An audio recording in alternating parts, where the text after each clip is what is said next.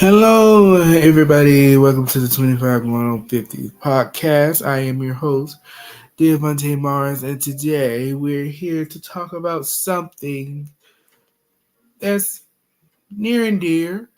I say near and dear to my heart, and that is the topic of true love. You know, love is a funny thing, you know, and we always wonder, is my person here? Will I ever get that romantic feeling that I've seen in movies and TV shows or just from people you know? Actually, I say this is just my opinion. Even though I agree with some people, you get your true love when you never expect your true love. You can just be having a completely normal conversation. It could just be asking the person how they've been and whatnot, and then next thing you know, you're both exchanging numbers and you talking to each other. One thing I say is when you think that you find your soulmate, we all have a tendency to go by a list, especially when we're younger. Some of us have like make sure they working, no kids or have kids, family man, things like that. But we never taken the time to examine out why we consider that person to be our true love. Love is funny and is not to be taken lightly. It's telling someone you can live, but you can't live without them. True love is you can't go a day sometimes without talking to that person because that person really makes you feel good. I've had situations where I felt I actually liked the person, but then the person would move funny because that's just not what the person was looking for. And one thing I always tell people, I'd be like, look, it don't upset me, just tell me the truth. But some people, they don't know how to tell the truth. And since they don't know how to tell the truth, they have a tendency to lie. And it kind of give you a false sense of hope. And one thing about when you deal with your true love, that person wants to be around you. They would just be like, just thinking about you. Hope you're having a good day. I can't wait to see you soon. Things like that. It's the small moments when you're both looking at the sunset, whether it's through the beach or even in the mountains. You looking at each other and you like, gosh, I am so happy to deal with this man or with this woman. But sometimes we can have a tendency to put our pride and egos ahead of what's most important. I would say, especially when it comes now to dating in the modern world. Back then, when you used to be on dating apps and stuff, it used to be more sincere. But now it's just broke people trying to figure out how they can get $50 from you. Because even though companies now they have market off of lonely people, look, I ain't gonna lie, I've used dating apps myself. But the fact of the matter is, it's a market, and there's a market to the market.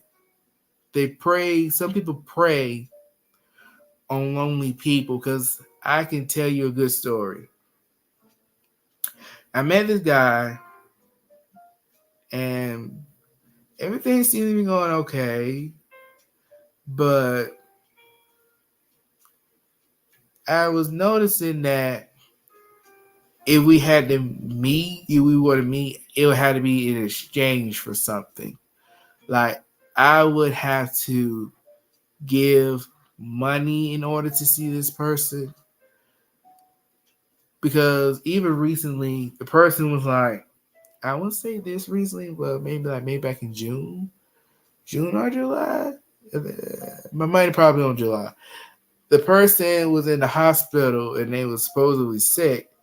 And being a good caring person that I am, I was like, I ain't gonna give you money, but I will give you food. And the person's like, no, they didn't want the food, they wanted the money. So I'm like, why do you need $10 to get you food when I'm literally volunteering to get you food?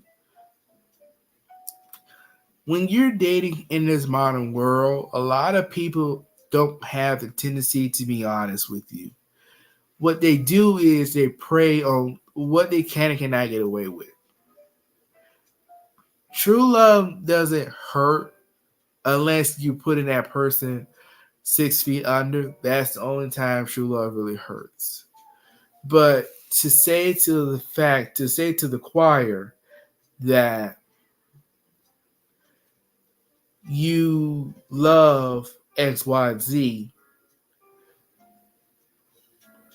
but then you still have other stuff lined up. Well, even when we date and we're not very serious, like casual dating, there's nothing wrong as long as the person is being upfront.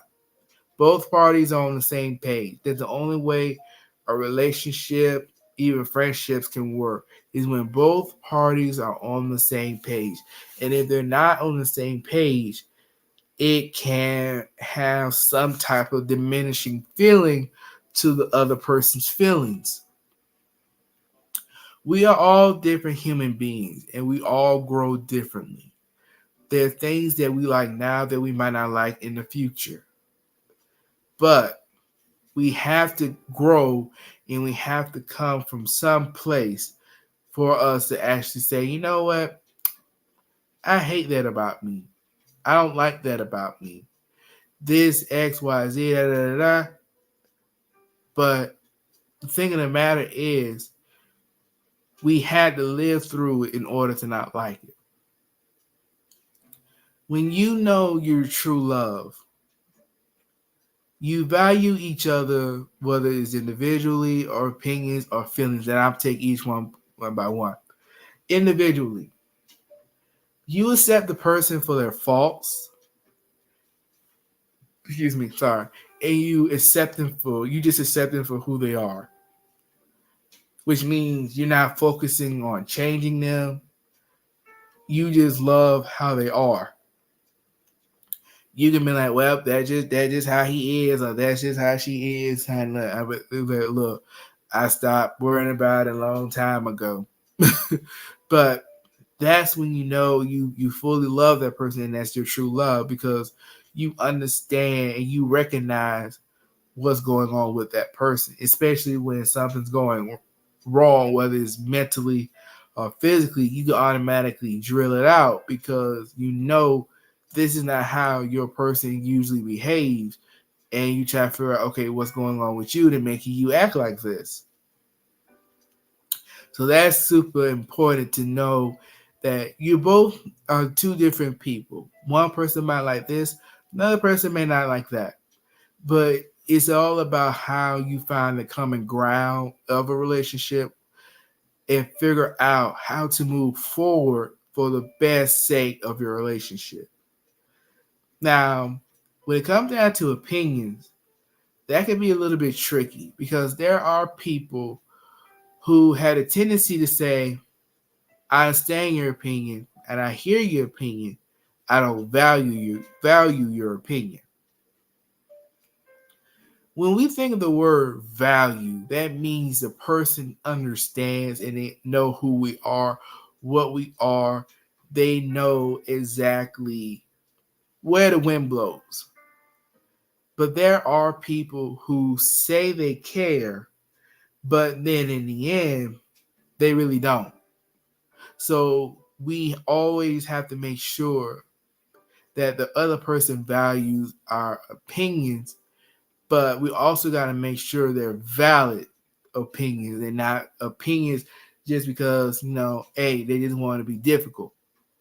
Because I had to deal with someone recently about that, but that's neither here nor there. But we are going to have differences of opinions, and we just have to respect that other people are just different. And now, when it comes down to the last one, feelings, go ahead and pack up your feelings. Sorry, I like Jasmine Sullivan. But when it comes down to feelings, we all wake up differently every morning. Nobody's 100% the same. We all have different mindsets of going throughout the day. But the most important thing about it is we make sure that we respect our partner's feelings, because all of our feelings are valid. All of our opinions, all our feelings, they matter. So you never want to be with a partner who will basically tear down your feelings, tell you that your feelings does not matter, because now dealing in this modern age and when it comes to dating, people tell you they care about your feelings, but how they act about it is a whole nother thing. I can tell you right now that I care about your feelings, but then what do you want in return? It's kind of like a 24-hour bug, I would say. It's like it's here for 1 minute, but then it's going the next. So you have to really examine, how does that person actually value my feelings? Because my thought process matters, even though like I go through a lot of it, but still it matters. So if the person I'm dating doesn't really value my feelings towards a certain subject, especially if I feel very strongly about it, it can be a lot. It can be a lot.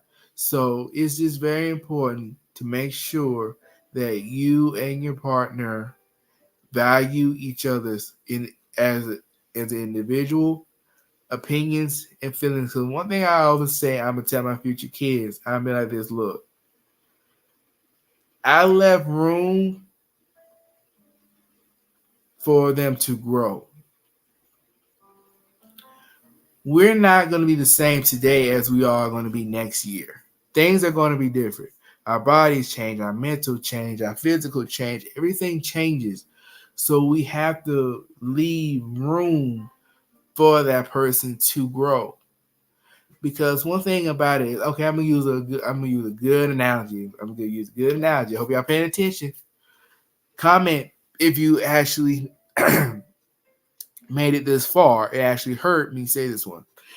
It's like a big plant. If you keep that big plant in a small vase or even a small planter, what do you think is going to happen to that plant? If that plant will probably feel like it's suffocating because it can't grow. You have to leave room for yourself and people to grow, because we all are like flowers. We all bloom, and sometimes it dies because we might not be in a good mood that day. But the fact of the matter is, we all are that flower, and life is that little pot. We can't label people by that little pot. We got to go by the flower, because we all were that small when we were growing, but now we have become extremely more beautiful, and the planter itself has no more room for us to grow. So now, and another one I want to look at is unconditional acceptance and support. Your partner will support you no matter what. They be like, I got your back. We're going to do this together. But it's amazing. Like I just talked to someone not too long ago about this before I came back in the room. Everybody say they want communication and support, but not enough people are willing to give it. You can't expect somebody else to do it if you're not willing to do the same thing with that person. That's just like, you can't tell me, like, especially like a person who can't help themselves. Like, you can't tell me to do a certain thing that you wouldn't do. Like, you can't tell someone to jump off a bridge, but that's something you wouldn't do. You gotta have to make sure that you communicating and supporting each other, because life gonna throw us curveballs, and the one person that we should be be happy and safe with and running into our the arms are our partners. So for sorry, so for us to feel happy and motivated, we should get that same love and support that we get from our partner. But that's basically it. Let me ask you a fair question. How do you think you know when you found the love of your life? I've low key kind of think I found the love of my life, but the love of my life is being very difficult. Because I think the person likes me, but the person is being difficult. And I know I'm sending him this podcast, but who knows? The person might be my love of my life, might not be. Who knows? But in order for me to fully see if this person is the love of my life, I gotta give that person a fair shot. And if we go on and turns out it's not meant to be, she's not meant to be.